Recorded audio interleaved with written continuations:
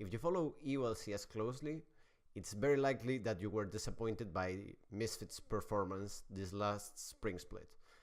Since they managed to upset Fnatic and reach finals on Summer Split, and then they almost upset SKT and got out of even a group where many people were not predicting them to be able to succeed, the team sort of set a high degree of expectations for themselves and for the inner workings of their method, where they would be a team that is very vocal about preparing exclusively for playoffs and trying to improve sort of the fundamentals of the game that do not change patch to patch in order to gain a significant advantage over other teams, and then just, you know, sort of cruise through the regular season, maybe sort of cheese someone, try this advanced strat here, but find out why it doesn't work and sort of, you know, sort it out as the split goes along, instead of focusing on having the best result and finding the best seed for playoffs. And this is a system that I think we should encourage teams to have.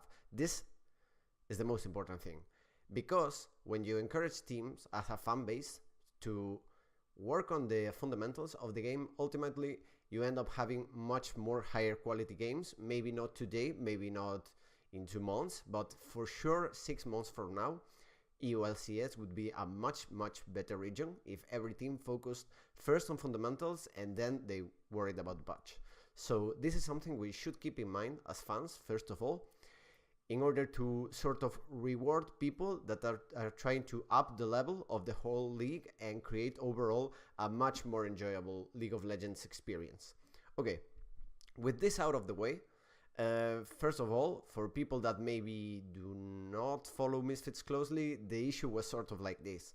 Misfits started the spring split really trying to play very strongly to tempo, looking to use high pressure junglers that could invade, fight the enemy jungler, track him, and then use those advantage and the information about the vision and the like to sort of create very strong fundamentally based snowball plays. So it's not like they would just go to a lane and gank it 4 times, but they would find the proper time to execute a dive, the soonest possible dive that actually finds the jungler on the other way of the map, or maybe you do a gank on bot lane reset, but you do it after you are sure that the enemy mid laner has no wards, so the gank is actually very likely to succeed, etc, etc. So they were trying to become very good at snowballing, but in a way that would not be affected by meta changes, sort of snowballing through fundamentals. Okay, what was the problem with this? This is much better explained on the narrative way Hussain Musbi did. I will link it on the description, and actually you should check it out if you are really interested on sort of the analytical part of the problem. But the idea is usually like this. When you play to macro or there's not defined what the concept of macro is, but we will use it in sort of a loose regard here. When you try to get advantages through macro, usually there's an underlying implication that maybe it's not talked about as much, but the implication is, okay, we set up in this advantageous way, and if they try to contest, we beat the shit out of them, right? This is everything. That's creating a good play is actually finding a situation where the enemy team cannot contest you, or should they contest, they are very unlikely to succeed. So classic example of this play is, for example, if you track the enemy jungler, as I said before, and then you do a dive on the opposite side of the map, it's very unlikely that the enemy team can contest in an even situation, and you are actually favored to get a lot of advantage out of that. Or maybe the most classic example everyone understands is if you spend the enemy top laner's teleport, and now you have teleport advantage, you set up enough vision and say, okay, we'll do Nash, and if they come to contest, we have a 5 before fight, which we will usually be favored to win. This sort of underlying implication of every macro choice is what ultimately ended up not working out for Misfits. They were having a lot of trouble finding proper engages, because since Max Lord was on tempo junglers, it's usually not very easy to get engages on the sorts of Jacks, Kha'Zix, well, not tempo junglers, but junglers that are able to fight. These junglers usually are not fantastic at engaging. They are not a Sejuani or a Zac, so they sort of had to work around it a bit, and they used picks like Shen so that Max Lord could engage safely, or later on Senkox was a lot of the time on Galio duty, where the idea is quite the same. But ultimately this resulted in not being enough, because you actually need to have more sources of engage than your jungler. You actually need, maybe in some drafts, your top laner has to be able to engage, or maybe your support is the one that should be able to find the proper play. Because what ended up happening to this roster is that maybe they were sieging a turret, they had a perfect vision around it, they had waves decently set up, but someone was defending the turret and they were not sure if they could take the dive, or someone, the enemy team would contest river and they weren't actually sure on how to execute correctly the team fight in order to get an advantage there, even though they did have the vision advantage and they did have the early game oriented champions. So this ended up making them look sort of like a bad team to some people, where yes, they would get early advantage, but ultimately it would look like a throw around Baron, when it wasn't actually well, I mean, it was sort of a throw, but it's not a throw based on, oh, this team is just shit, but rather their setup is so oriented to getting early advantages that it's actually quite hard to understand how to fight with this. More so that if you're playing Maokai, Asir, Sejuani, Tristana, Braum, anyone can team fight with that crap. It's absolutely disgusting. But when you're playing this sort of more complex draft setups, you actually have to team fight better in order to execute. Let's just leave it at that.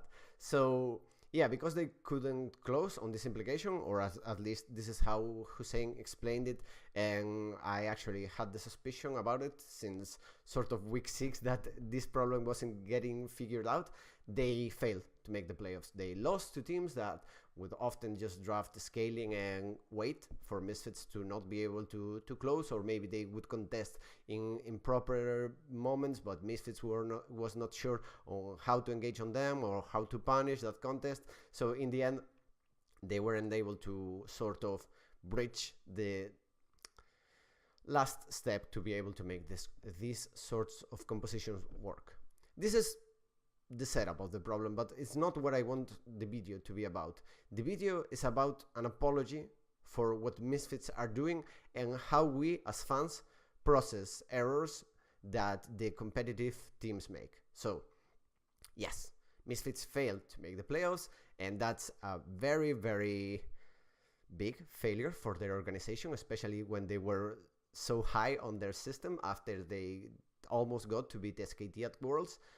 But this is not the sort of failure that's born from the coach not understanding what he needs to do, or the players maybe being egotistical, or maybe being, lazy or whatever. It's not a fundamental sort of mistake. It's more of a mistake that exists because the format is the way it is. So because EULCS is a league format with a playoffs that you need to go through in order to reach international competition, this issue and the fact that you have to play as while you are building all your team synergy and these more complex concepts than just drafting late game and waiting for the enemy team to fuck up. When you are doing this sort of approach, you will be worst initially. That's the whole reason why everyone drafts late game at the start of seasons, and on bad teams they also draft late game. It's because it's very easy to execute. The responsibility is all on the enemy team to not fuck up. So basically, Misfits entered a steam engine competition and they appeared with a gasoline motor. So yes, they weren't able to build the motor on time, and they ultimately could not win the race afterwards because they failed to do that. But we have to recognize that not only is there merit on their idea, but there actually is more merit than just doing what we've been always doing and then reaching international stage and sucking dick absolutely massively. Instead of that, they take the brave approach that not only is riskier, because if you fail to make the playoffs, people will get angry at you and you will lose fans, but also it's the sort of mistakes that look very stupid from the outside.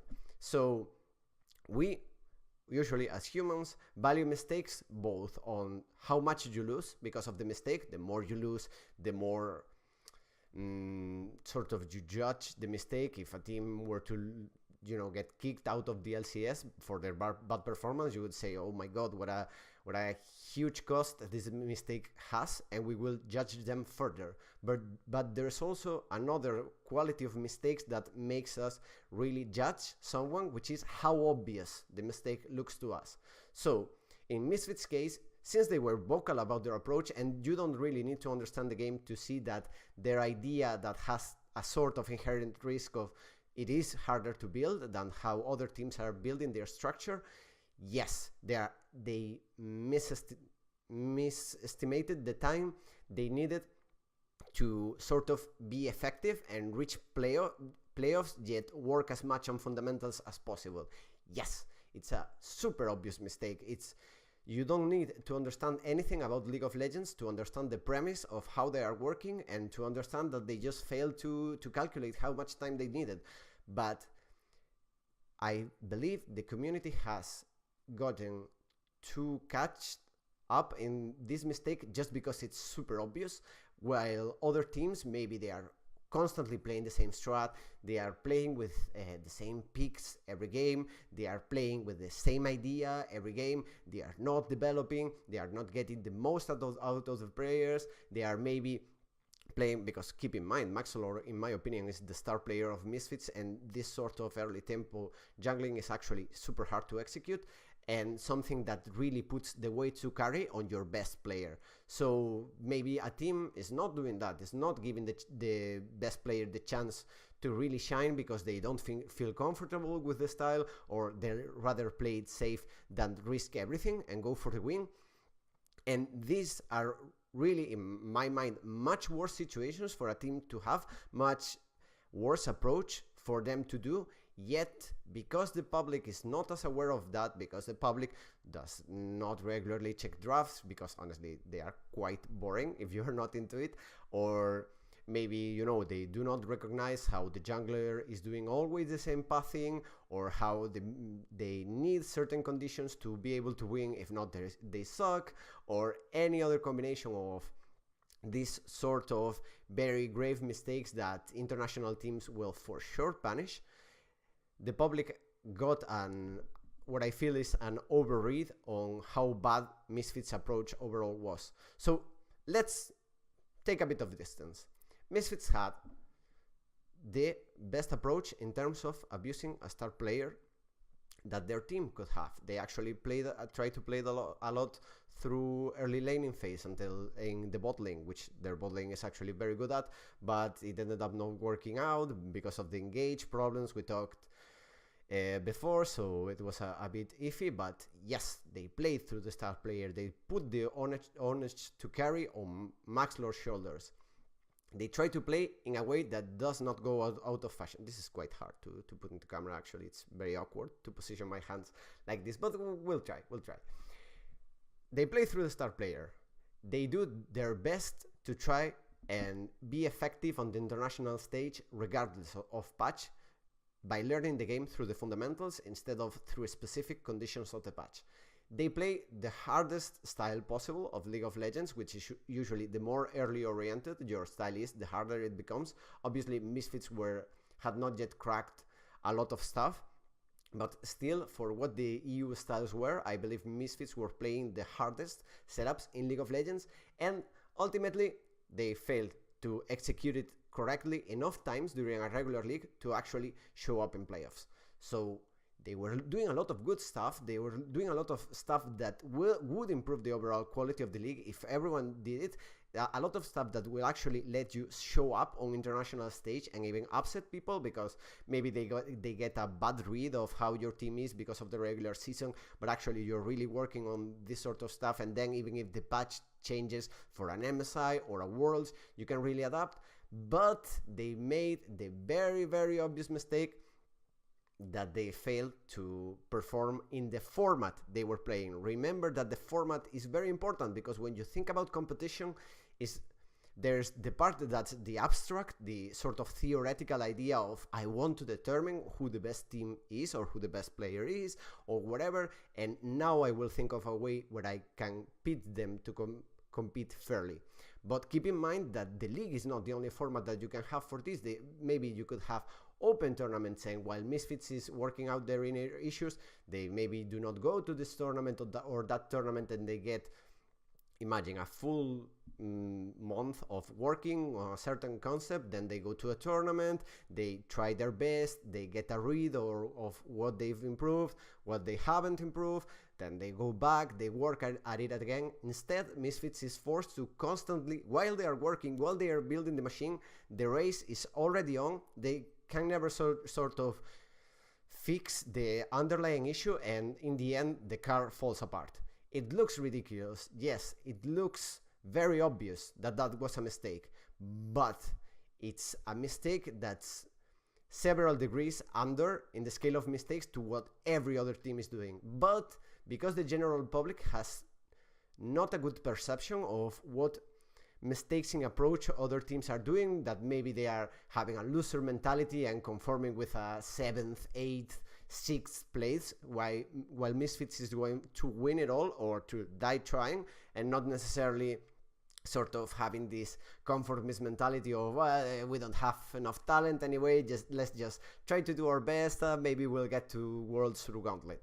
So they are doing everything, in my mind, that every team should be doing. They failed to execute on it, and they are eating, well, not now because the topic is sort of cold, but they ate a lot of backlash that it's absolutely unjustified, where this is actually a team that should be rewarded for their approach, because if everyone worked like Misfits does work, the level of the league would raise massively, international performance would raise massively, the enjoyment of games would raise massively, and yeah, they just failed to deliver on the bureaucratic sort of format of the tournament, but everything else was right in approach.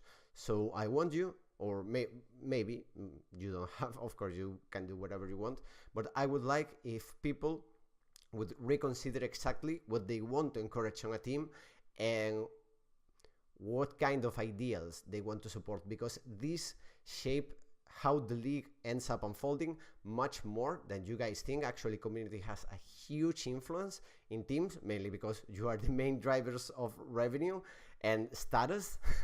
So yeah, before trying to jump on someone because their mistake was really obvious, maybe have a think before and try to figure out what kind of org, what kind of approach, what kind of team do you want to see in the future, and encourage that.